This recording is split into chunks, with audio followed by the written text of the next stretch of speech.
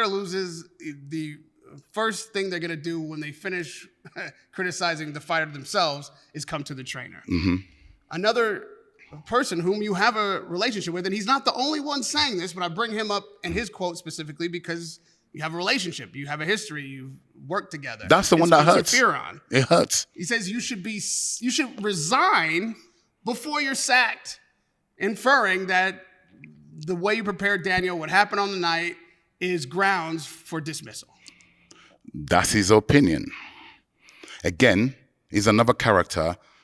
I normally wouldn't answer questions when you bring his name up.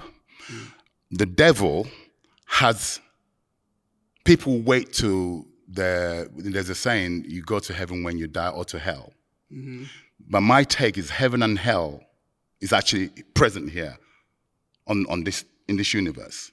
Presently. Okay. Yes. You choose where you go depending on your behavior, your speak, your vocals. You decide. A lot of large population of the human race is actually in hell. But they're waiting to die before they believe they're going to be chosen or judged. Mm-hmm. Yeah? Sure. Okay? So also the devil has agents. Have you ever seen the first Matrix? Of course. Right? Or the second? Or how many is there now? Right. Yeah, there's three. So these agents look like you and I. They infiltrate the society.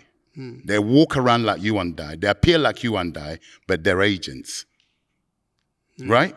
So my answer to these agents, be careful what you speak, because they have a tendency of coming back at you like a boomerang, and it will hit you harder than you ever will know. To Spencer's point, and again, it must be said, he's not the only one echoing this sentiment. Sorry, I've known this kid since he was 13 years old. Like, he makes it public. Yeah, this is why I had to bring his name. He boxed for the same amateur club as I did. I was the senior. Him and Danny Williams were the juniors at my club. So someone who actually knows me, not saying he should be pro me and not speak his mind, to the degree he's hoping and wishing I should get my P45. My son showed it to me. My son wants to retaliate. I said, no. My spirits is very strong. Of course, my background, I've been prepped for this. From the minute I was born to the things I've went through in the horrible, terrible civilian war in my country. I managed to come to the UK. I've made good of, UK have served me well. UK has given me opportunities. UK have aided me to become who I've become today, hopefully to spread it, to help my community to be able to have an effect on all this. It saddens me when I see all this crime, this stabbing and shooting of young men, and part of, I didn't want to say this, the part of the journey mission is to be able to be in a position to be able to get my community together. Never mind anyone else's community. We have to take charge of our own community, to correct our community. Yeah? So I'm doing this boxing thing. I didn't know this is the vehicle that God gave me to be able to have a voice, to be able to do well. And then this, so it saddens me when, like I said earlier on, I will repeat, this is the behavior and the mentality we're doing to ourselves. The black race I'm talking about, we're doing it, we're self-inflicting. Right? When you recognize somebody who's trying to do something positive, embrace it, encourage it. Right? Especially a black man in the history of the sport, right? That's got to this level by work ethic, by destiny, by every means you could think of for me to. I didn't know I was going to get to this level. Never. It's God's work. Not to enrich and empower myself to be able to utilize it in a positive way for my community. So it saddens me, we're so-called brothers, mainly it's coming from my own skin people. Hence why I can't do nothing about any other people, any other race people. I'm sure they're all at it as well, but it saddens me and the people who are actually close to me. I think that's it, Tom, because you are going to get quite a bit of response having most this definitely. about race. I think. Well, fine. Well, I think. Yeah. What part of it? I think I'm making myself very clear. Tell me, please, if I'm not making myself clear, my reasons. It's clear. Yes, it's loud and clear. I think maybe it is this emotional because these particular people are this close to you that happen to be black, and it's making you that much more aggravated. Well, they happen to be black, yes. But I don't know that it is it's on the basis of race. I think what they're doing is hurting you personally because of your relationship to them. And will you please kindly ask them why are they doing for cheap laughs? I'm quite a smart guy. When I hear these things directed at me, I ask, if you're a detective trying to catch the criminal, you look for the motive, right? Please, can you ask these individuals, what is your motive? What do you want to achieve from this? I should get the sack. I'm doing the wrong training. I challenge the person who said, I used to train him. Come and into my current setup, you would not survive. You got to hang with killers. No, we don't want to be killers. Killers get jailed. We're gladiators, we're fighters. All that macho talk. He who has not sinned, keep casting. In their case, they've casted quite a lot of stones. He who has not sinned, cast your stone, keep casting your stone, but make sure you're not living in a glass house whilst casting these stones and launching these boomerangs. Regardless of the criticism outside the Dubois camp, it is the habit of Dan's father to switch trainers. He said it flatly even before the Joshua fight. Hey, as long he as told me, that is Stan. He told me, he's my brother. He said, Don, he told me this before the Joshua fight. He told me this, I think, probably going into maybe as far back as the Miller fight. He said, you better keep winning. No, it was after the Miller fight, we won. Mm-hmm. Then going into the Hergovich fight, he said, listen, he told me privately, he said, it's all good, you're doing good, you better keep winning. Because if you don't, we're gone, we're moving. He didn't go behind me. I didn't hear it from a third party. Yeah. He told me, and I admire and appreciate someone who actually tells me, he said, this is what I do, this is what I've always done. Right. Will he do it this time? Who knows? Ask him. Do you have a sense of, is the relationship good? Is there right? Is that good? Forward? It's that good that Daniel Dubois, the fighter, where's my phone? It's down here. Yeah. Right? Yeah. Hold this for me a minute, please. I will do. Right. Since I've been on here with you, how many calls? That's from Dave Dubois. 19 minutes ago. And 17 minutes ago. 17 minutes ago. That could be my P45 to come and collect it. It might be. Do you know what P45 is? I was about to ask you. I don't know what the hell a P45 is a certification you get. When an employer wants to sack you, you go in next day, they won't even speak to you. They hand you your P45, means you're fired. I didn't want to bring it up because when you said that George wanted to get the P45, I thought it was a gun. Yeah, no. That's a Colt 45. No, we're not dealing with that. Now, let me show you something else that happened earlier hours this morning. I can attest that Dave, being Dan's father, has called him twice in the last 20 minutes. Right. So this one here, what does that say? Yep, that's Triple D. That was this morning. Right. 3 times. Right. Where's this one? What does that time say? Oh, yeah, that's 2:52 in the PM. No. Is it military time? Is that 2:52 in the AM? AM, yes, sir. And that's Daniel. 2 minutes before the 3 o'clock in the morning. Right. I was sleeping, deeply asleep. I struggled to sleep last night, but I eventually fell asleep in a deep sleep. My phone rang. I thought, I didn't know what time it is. I turned around, picked my phone up. The lights was off. I think, who's calling me? And I looked at it. I thought, who is calling me this time? Oh, the phone dropped. I called him straight back. Yeah. Daniel, are you okay? Yeah, I'm okay, Don. Are you okay? He said to me. I said, I'm okay, Don. I'm sleeping, but I said, you're all right? He said, yeah, I was just checking on you. The fighter who got knocked out on Saturday is checking on his trainer to see if his trainer is all right. Right? Yeah. Listen, you guys don't know. Again, another quote from the Bible. Jesus said, forgive them, Father, when they were crucifying him.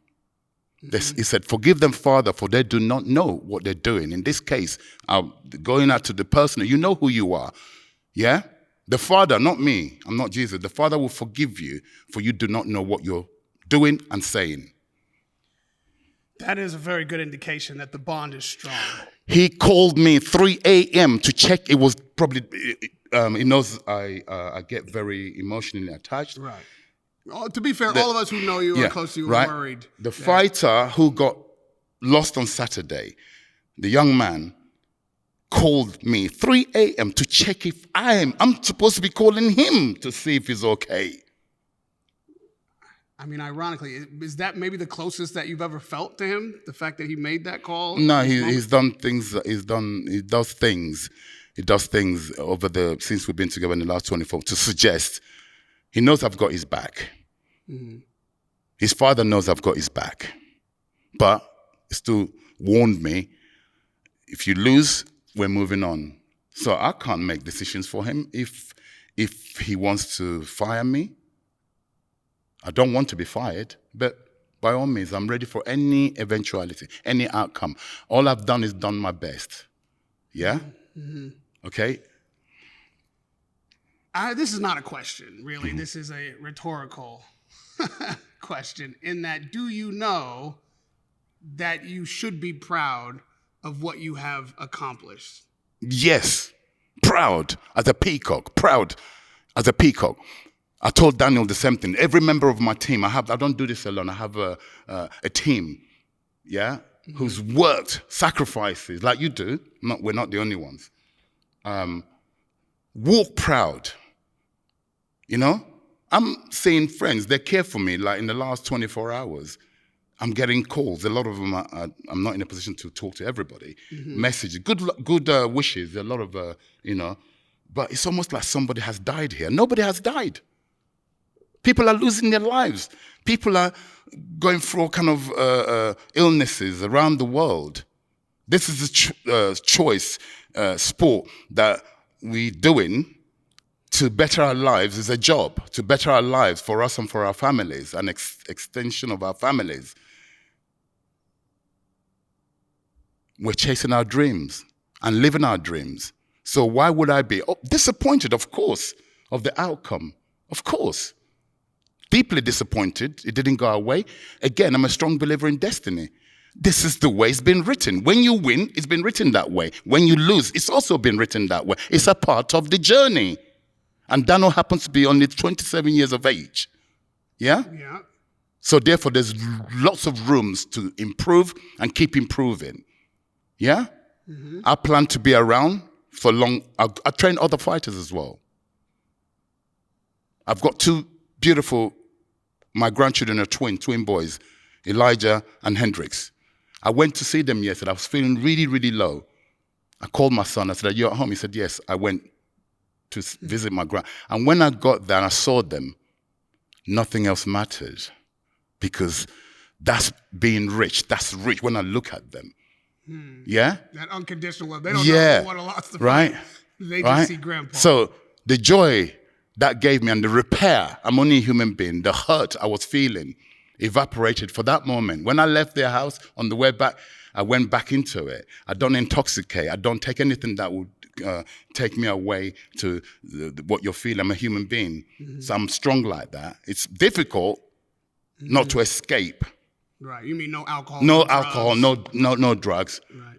So I have to deal with it. And I've always dealt with it in the past, and I'm going to deal with it again. It hurts. Yeah? The reason that George is concerned, the reason that I would have, I called you before we set up an interview or anything, just to have a conversation as friends. I think the reason that Daniel calls you at 3 a.m. on the day is because, yes, all these things that you say we understand, but we also know you to be so competitive and so emotional and so invested. We can't That's even my talk makeup. to you fight. That's my DNA. Sick before the Joshua correct. fight because you were so invested. Blocking the negative vibes that, like I said, it's like radio wave. You don't see them. Yeah, Right. all the things that people put out into the universe. I'm that sensitive. I'm a receiver in the sense that I'm a conduit, so I'm able to feel. It's a weakness, and it's also a plus in the sense that I'm able to take these invisible blows that people put out there. But when I get strong, I do. You better run. You better take cover. You should be proud, and this is why I phrase it as a rhetorical question, because you should know that you should be proud of how far you've come and what you've done with Dubois in these past 4 fights. With Derek Chisora himself. And that can't be taken away from you. However, you did not accomplish your goal. I know that you're not satisfied. It's different between being proud of what you've done and being satisfied with what you can do. And so with that said, yes, it's up to Stan to decide what his son is going to do moving forward. But in your heart, saying that you want to continue, that you have every intention of staying with Daniel, that this is something that is not satisfactory as a conclusion to your relationship. If this man walks back into this gym and trusts you again to prepare him for another fight, what changes? Sorry, let me walk you back a couple of steps. You touched on something there, so I must address it. Sure.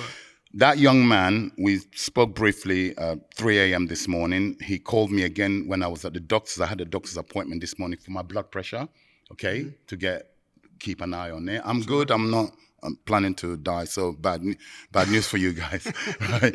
It's just taking steps. I'm 64 this year, well. so I need to stay alive. John Travolta. Right. Yeah. So basically, I got another call from Daniel whilst at the doctor's, my GP, asking me, when are you back in the gym, as in me? As you know, I train other fighters. Sure. Yeah. Daniel has been prioritized for that period. He's had his fight. I got my other fighters, Tony Yoka, Jordan Thompson, Jorgen Olduda, okay, to come. They've also got pending fights. I now have to train the next fight. And Daniel, I believe, is going to, which he deserves a well-earned rest with his family. They usually do. Go away on holiday, probably for about 2-3 weeks maybe. And he said to me, when are you back in the gym? I said, champ, I'm back in the gym on Thursday, this Thursday coming. And then he's already planning to come back into training. Hence why he's asking me that question. We've established, and I think you've accepted, and rightly so, congratulated Usyk as being the better man on the night. No one has one of the best ever to have put on a pair of boxing gloves. Undefeated. Yes, sir. Cruiserweight, undisputed, 2-time heavyweight, undisputed in the 4-belt era. None of the best of anyone's fighters have been able to best him. Are changes necessary, though, for Dubois moving forward? No, there's no. This is where people might look at me and stop. What's changed? What you just lost to arguably, definitely in this generation is between himself and Fury of you could call the generational. They're all generational greats anyway, based on whatever he achieved. But Usyk is obviously front runner. He's undefeated. Sure. Right? And I hope he bails out undefeated. I believe he said he's got 1 or 2 fights left. I hope he does the right thing and has them and bail out undefeated. You know, look, we started this conversation where you're saying to me what I was trying to question this man. Yes, I did. Because I'm trying to get gains. I'm trying to penetrate this guy, to break this guy mentally, hopefully that we can then... it's like American football. The man's got the ball. You're American. You understand my logic. Yeah. You got to keep the man who's got the ball safe by blocking the people who are trying to get at him. Right. And keep the guy who's running to catch the ball. Right. Create a path. That's right. That's the name of the game. So when it comes to this boxing, that's the strategy, is to protect my fighters. Any gains I can get for my fighters to pave the way for them to do what they do good. That's merely what I was trying to do, get an advantage for my fighter. It's not personal. Usyk is a good man, religious man. What he's doing for his country as we speak are at war. Big war, which I hope ends soon. And him winning, You know what that does for his people? I've got 3 Ukrainian kids who train at my other gym in Finchley. They came to the box park for the public workout. They're very divided because they're loyal to us, but they were wearing the puck t-shirts and they were there. And they were like obviously being pushed around because they probably wanted to get Usyk, his people, the Ukrainians who came to support him. And one of the kids said, look. Afterwards, they told me, they said, oh, look, we got signatures, autograph pictures with the Usyk. I said, how did you manage that? He said, one of the kids, they were like 14 years old, 3 of them. He said, we said in our language, our dads are at war. They live in London, but their dads is in Ukraine fighting. They shouted in their language, Usyk, our father is at the war front. Guess what? Usyk made a beeline to them to sign their shirts.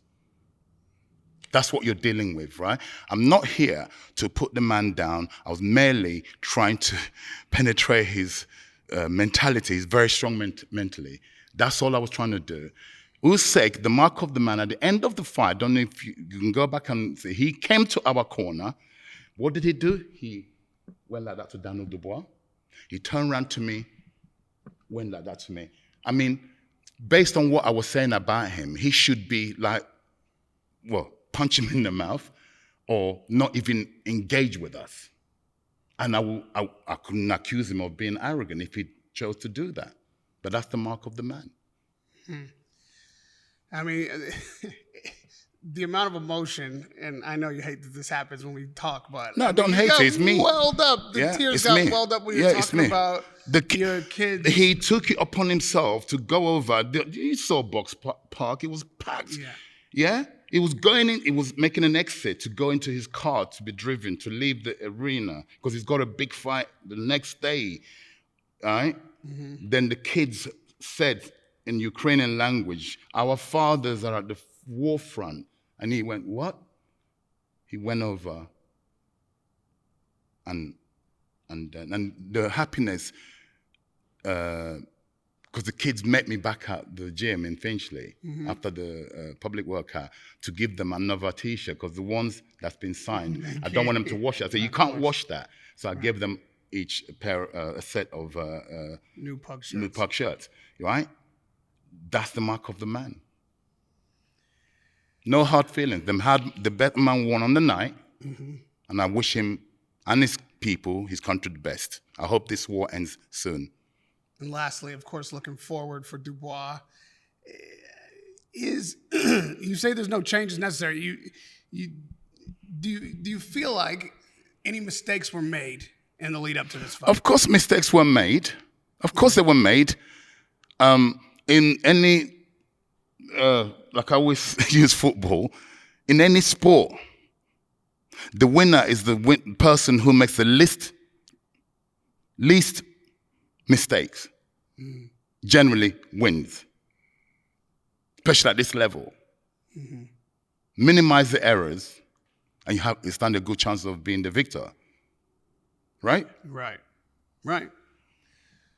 When Dubois is back in this building, and I believe he will be, based on what God willing, of course, nothing humanly possible is going to stop him coming back into this building.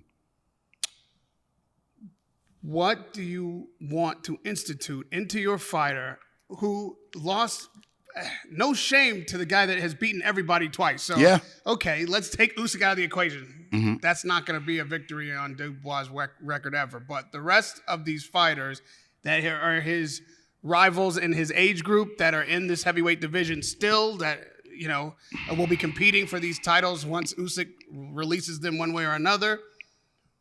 How do you create the best Dubois to beat everybody other than Usyk?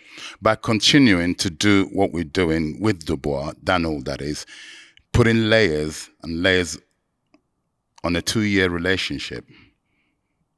We've only been together 2 years.